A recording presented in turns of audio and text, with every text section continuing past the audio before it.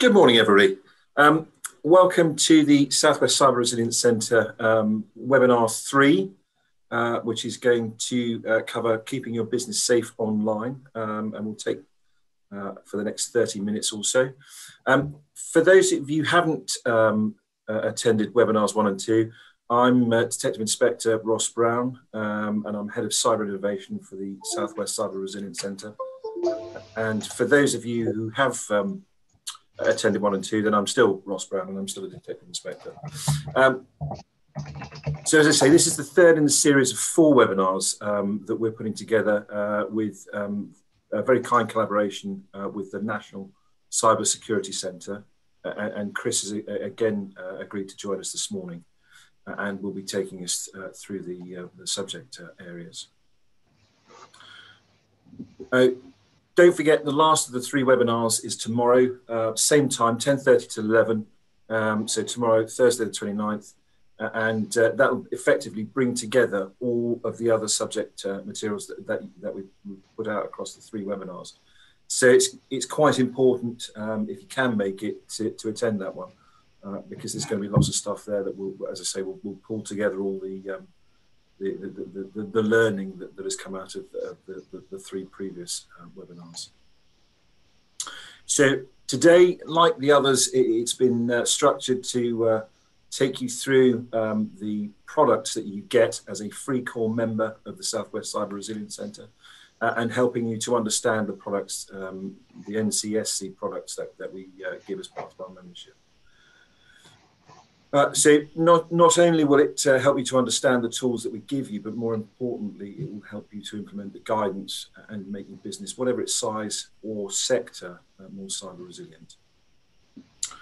Quick plug, if I may, for those of you who haven't joined as a free core member, clearly it does what it says on the tin. It is free, and we send you out the National Cyber Security Centre products. And we also send out monthly updates on our newsletter, as well as obviously items that we put out if you follow us on LinkedIn as well. Thus trying to keep you up to date with emerging trends and make sure you're on top of things.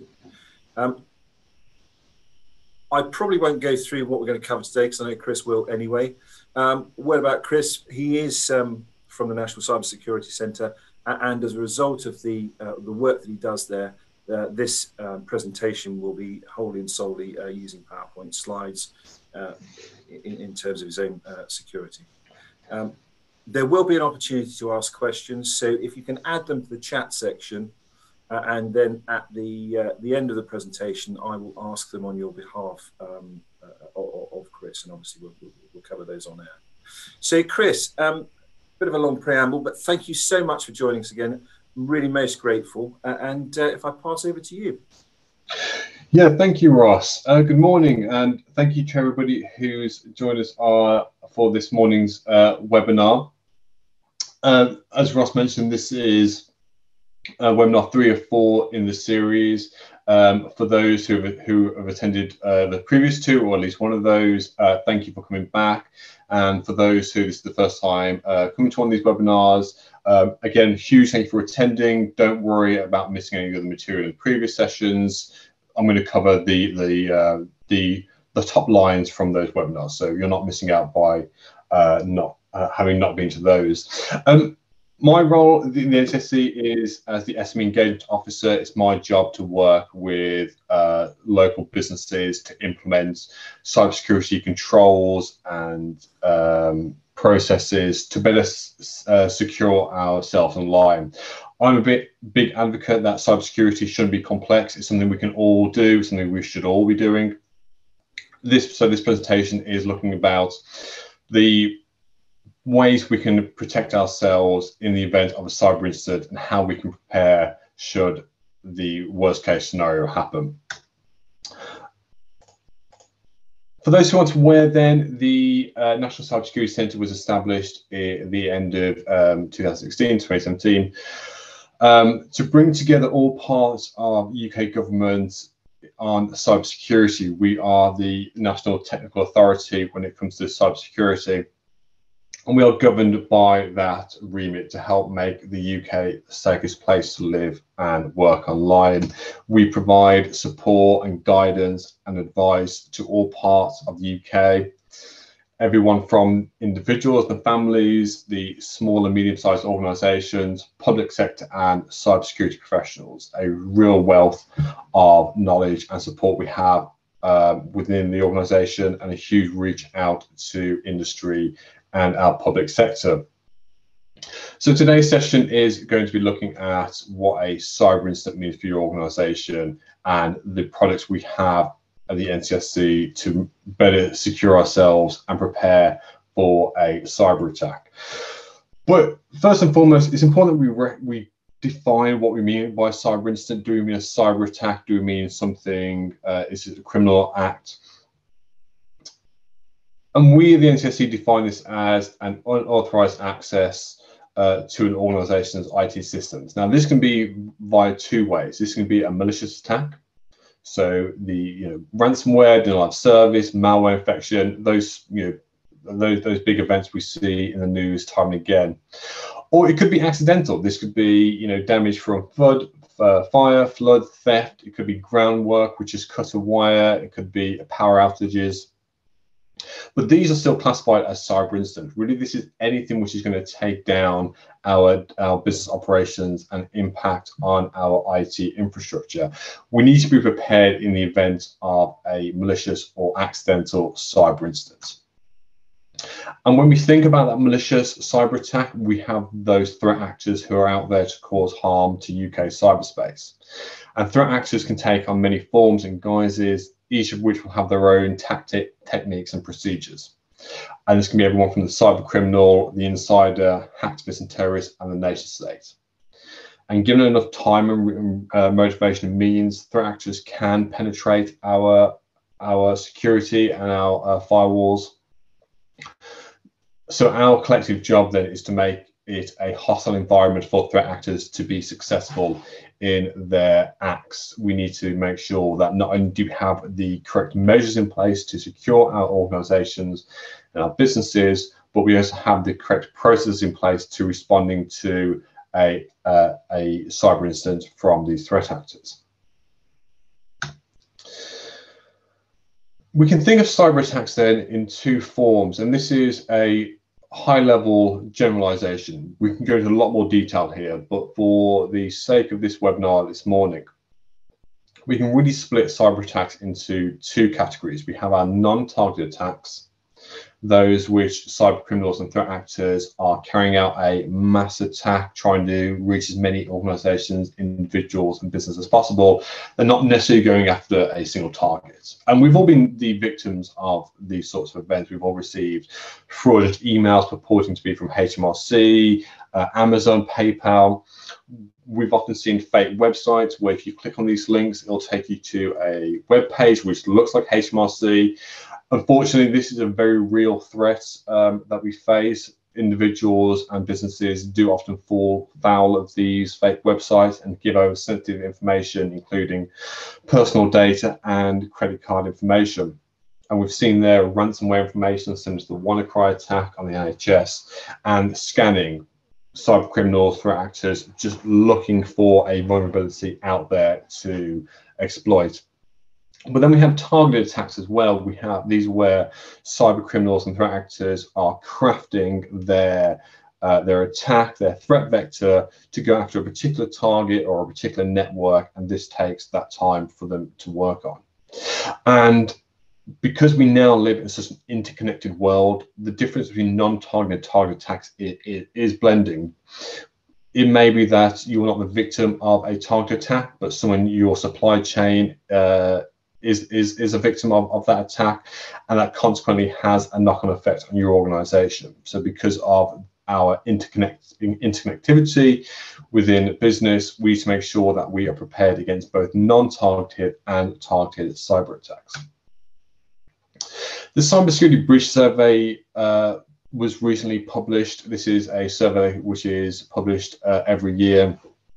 And this takes stock of the cyber landscape following those 12 months. And if you look at it as a whole, you can see how the cybersecurity trend is growing as we move towards a more technological era. But time and time again, the main cause for a cyber breach, a cyber incident, always stems from a phishing attack.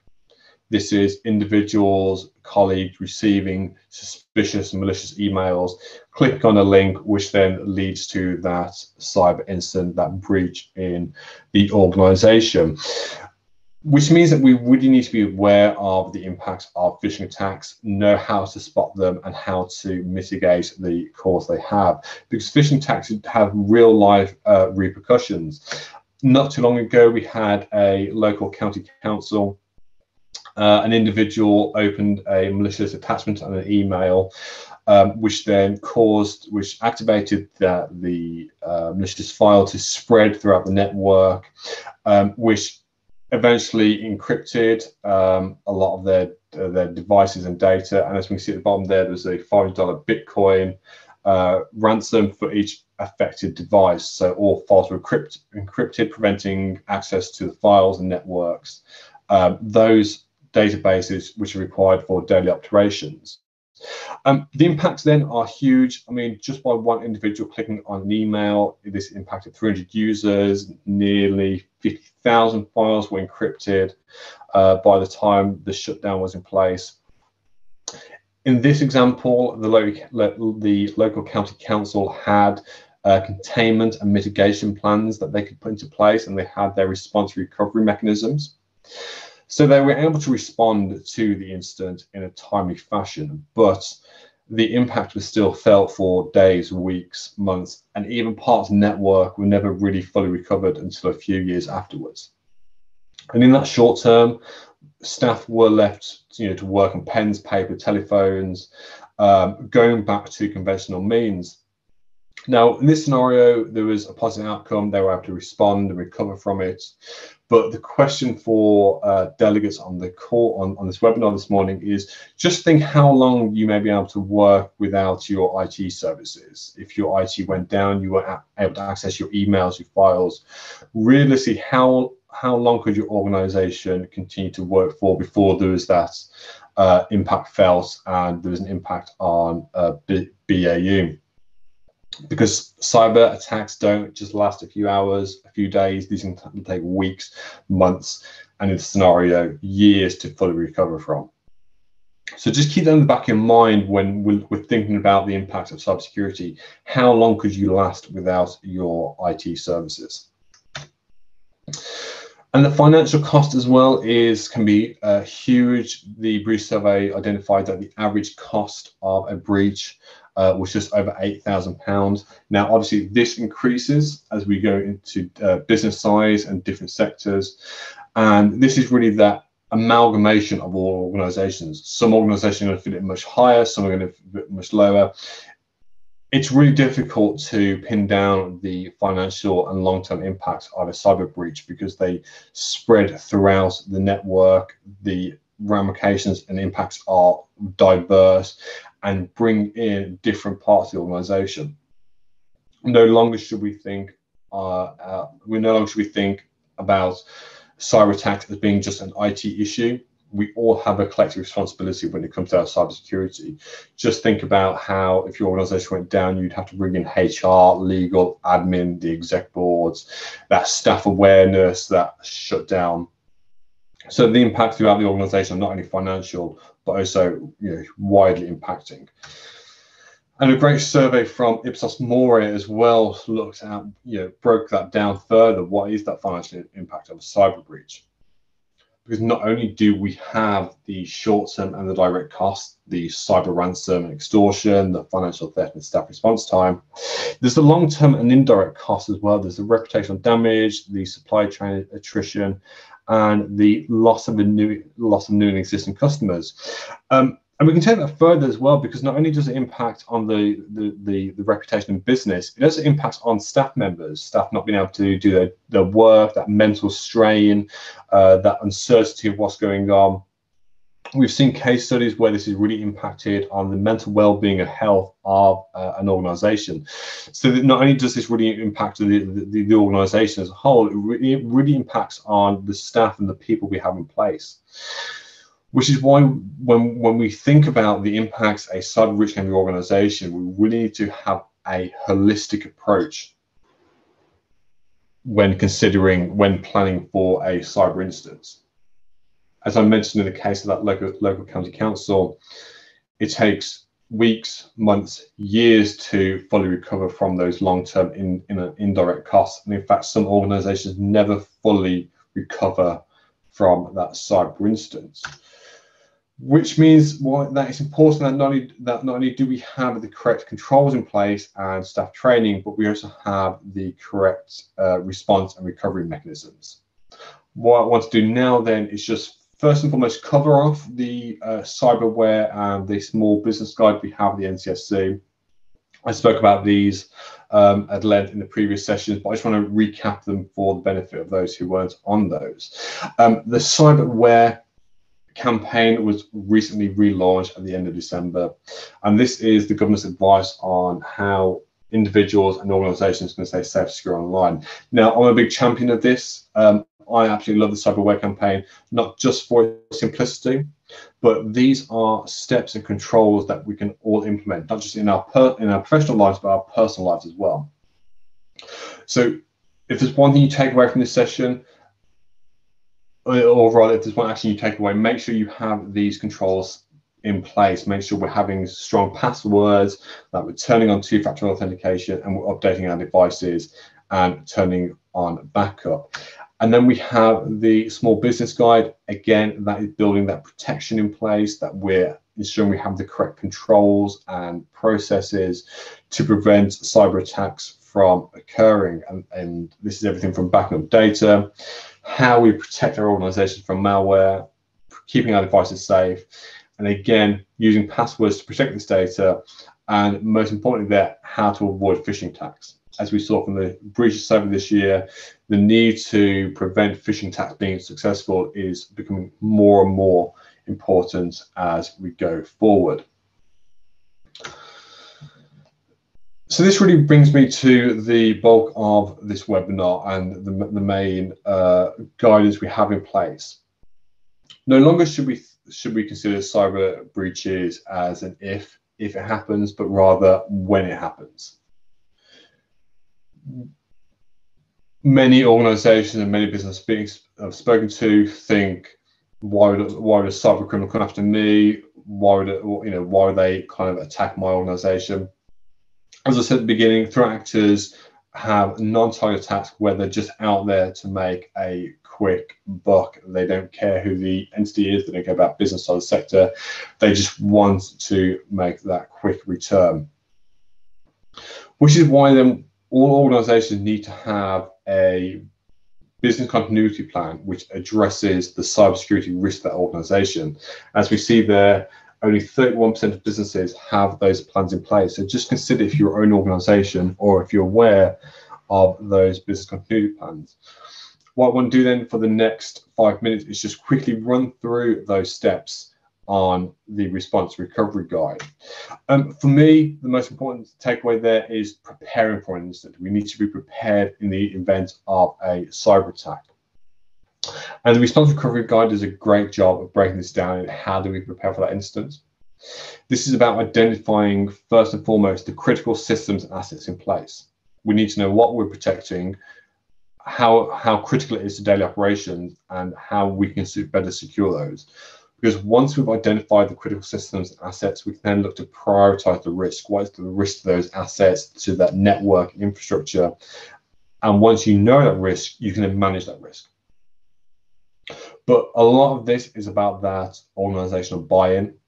This is about making sure that senior managers and the exec board are aware of the cyber risk and that they put the cyber risk on the agenda for their organization. Just as you would for any other risk to business, cybersecurity needs to be front and center in everybody's mind when you consider the risk on the organization. And then you can make an incident plan. What do you do in the event of a cyber attack? If individual clicks on a malicious link and that impacts the wider network, you have that plan in place. You know what to do, you know how to respond to it, you know how to recover. And the response recovery guide sets out how organizations can create those instant plans. So the response recovery guide then moves quite nicely into on how to identify what's happening. This is about finding out if you are being or have been attacked, how to find out what's happened, and then how to stop the incident getting any worse. And the guidance there goes into much further detail on how you can identify those steps and what the next step is to stop it from getting any worse.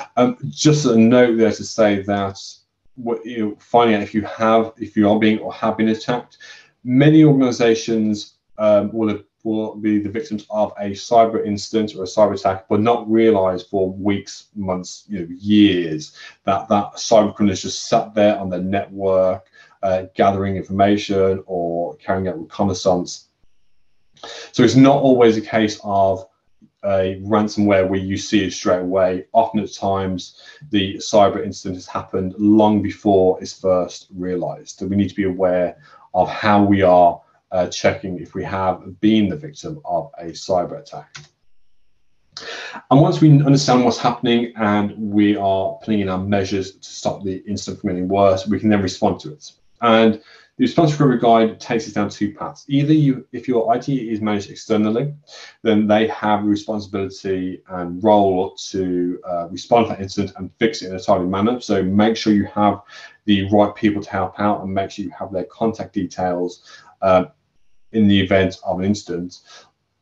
But if you manage your own IT, and for many small organizations that will be the case, there are measures that you need to put in place to sanitize and repair infected devices and network. And this is everything from replacing the infected hardware, restoring those services that we've backed up, patching software and changing passwords. As we can see there, this can be a timely this can take a long time to fully to put those plans in place, and the cost as well can be quite high, especially when we start looking at replacing infected hardware and having to reinstall clean software and remove that.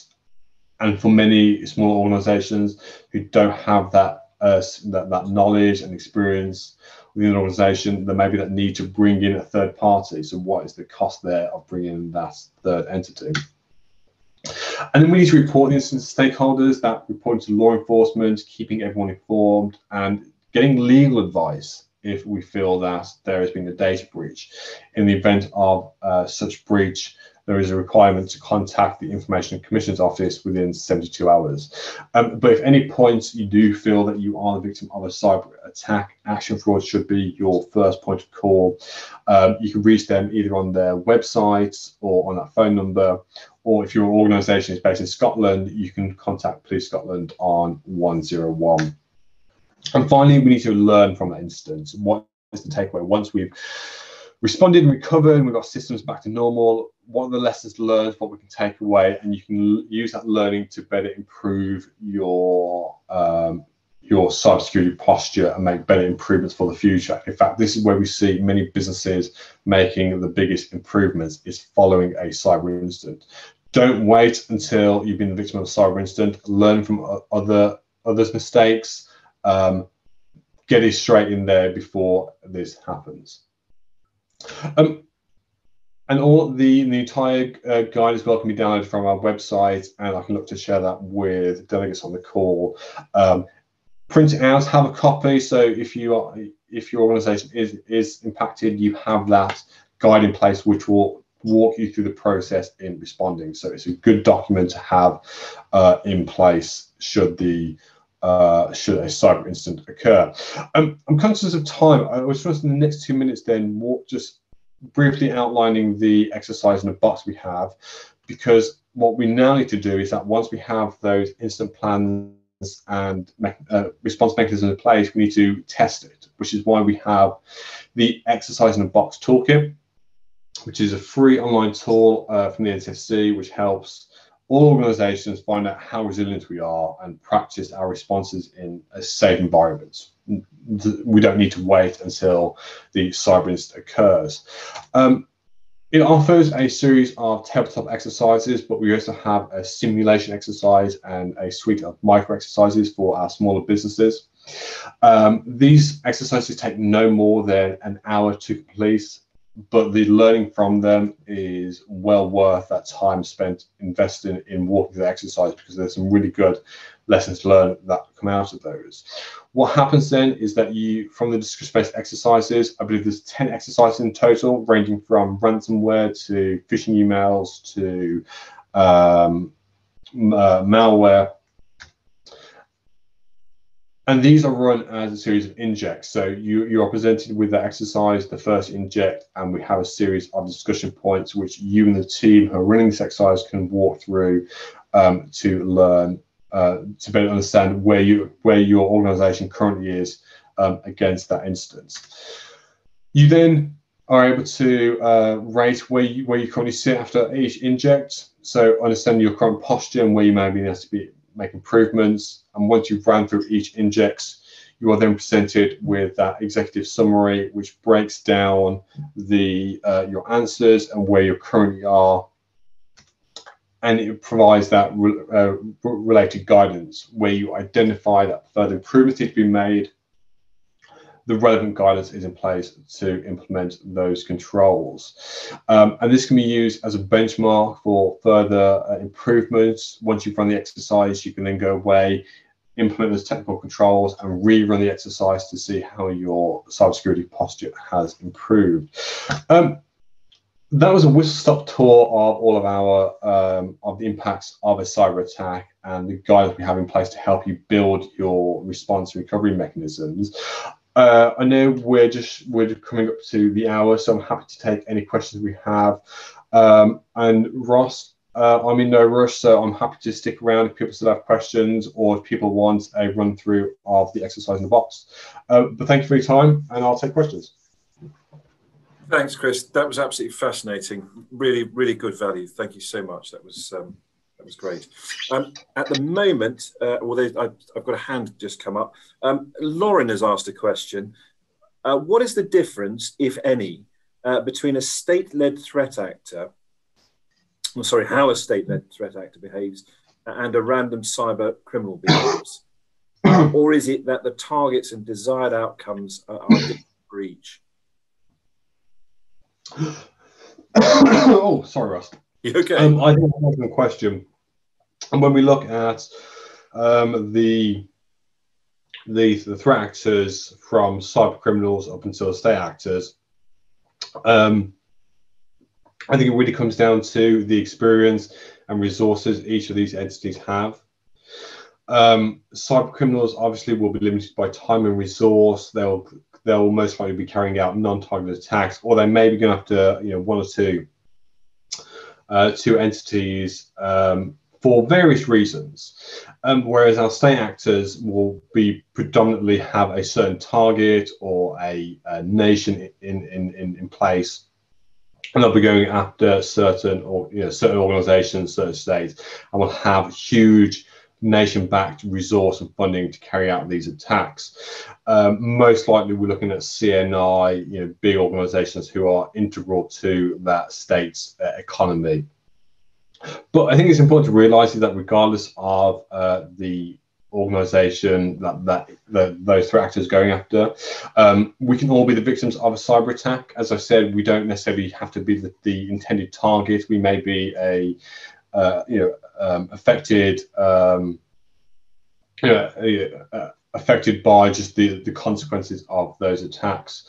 But it's very easy now for threat actors to carry out these attacks. I would say that anybody can be a threat actor. You can buy these services off the dark web. You don't even have to have the knowledge. So we need to make sure that we are preparing ourselves against these threat actors. Okay, that's great. Now, I think Siobhan, you had your hand up. I don't know if you want to sort of unmute. I can't see anything in the chat column. No. Okay. Chris, Once again, thank you so much. Absolutely invaluable stuff there. And as I say, obviously the conclusion of the conclusion of the series of 4 seminars tomorrow. For those of you who haven't signed up, you can sign in via the LinkedIn page or my LinkedIn page. If you have any problems with that, just come through on the CRC email address, and we can help you sign up. So thank you ever so much for all of those of you who attended. I hope you found it useful, and more useful stuff coming again tomorrow. So hopefully see you all tomorrow. Cheers. Bye-bye.